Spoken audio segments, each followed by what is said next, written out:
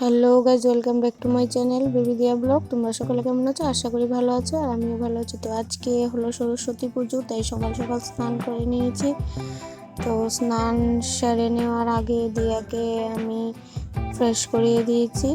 ও ঘুম থেকে ওঠার পর ওকে খাইয়ে তারপর বাবার কোলে দিয়ে আমি স্নান টান সেরে এখন চেষ্টা করব বাড়ির সামনে একটা পুজো হচ্ছে ওইখানে যাওয়ার জন্য। আর বাইরে কোথাও বেরোবো না দিয়াকে নিয়ে। আর দিয়ারও এটা প্রথম পুজো, কিন্তু দিয়াকে নিয়ে বের হতে পারবো না, অসুবিধে, ও ছোট আছে এখনো, তাই।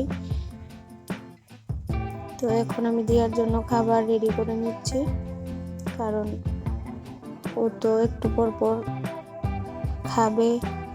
খাওয়ার সময় হয়ে গেলে রেডি করা যাবে না, তাই আগে রেডি করে নিচ্ছি সময় হওয়ার আগে।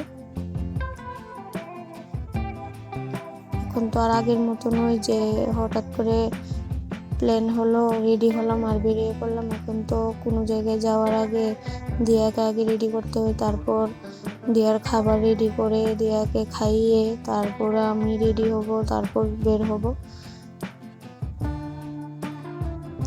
তো দিয়াকে স্নান টান সারিয়ে ড্রেস টেস পরিয়ে দিয়েছি। এখন আমি একটু এমনিতেই ড্রেসটা চেঞ্জ করে নিয়েছি বাড়ির সামনে, তো ওখানে যাব। তো এখান থেকে 10-15 মিনিট মতো থেকে তারপর চলে এসেছি দিয়াকে নিয়ে।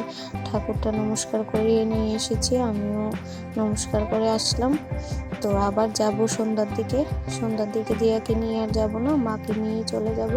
তো সকালে কাপড়গুলো ধুয়ে দিয়েছিলাম, এখন কাপড়গুলো গুছিয়ে নিচ্ছি।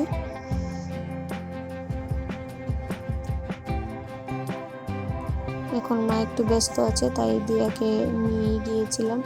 আর ওকেও তো ঠাকুর নমস্কার করানো দরকার, ঠাকুর দর্শন করানো, যেহেতু প্রথম পুজো।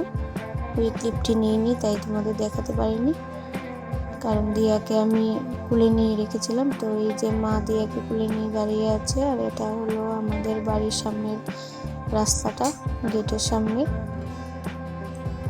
ওকে নিয়ে ঘুরলেও খুবই মজা পাই, একদম চুপ করে আছে।